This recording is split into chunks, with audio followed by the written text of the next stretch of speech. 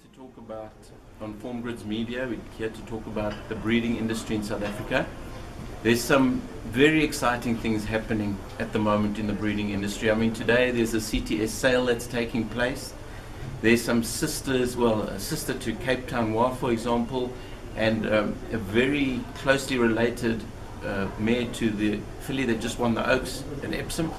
So it's a really classy sale. There's some very high class imported fillies. There's some very well performed fillies on the sale. And I think it's a real watershed for racing in South Africa because, you know, the breeders can go and buy class fillies, mares that can do our industry justice and put us in line with the world leaders. You know, we've got probably the best stallions we've ever had as a collection in this country at the moment, and I think South Africa is poised to become a real force in international racing.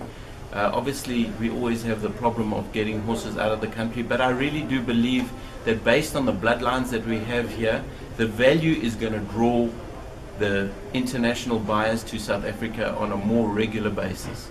I think it's a very exciting scenario to be in.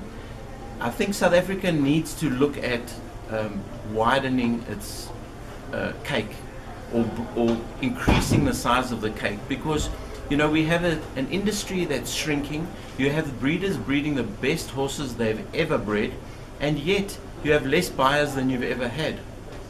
And I think the time has come for us to now look at ways to get Joe Soap into horse racing. People who don't know anything about horse racing need to become aware of horse racing, and horse racing has got to do its work in marketing the industry. There are a lot of exciting new stallions in South Africa, and I think it would be really a good idea if in the future we discuss those stallions and we, you know, went through them one by one so that you understand what their makeup is and what they're likely to produce. Because I think one of the most confusing things in racing for a new owner, or even an owner that's bought a few horses, is they buy a dynasty expecting the horse to be a 2-year-old.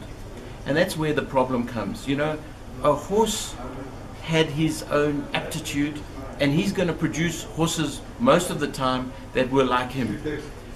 Often the family will dictate. So if you're buying from a speedy family that produce 2-year-olds, yeah, sure, you can expect a 2-year-old.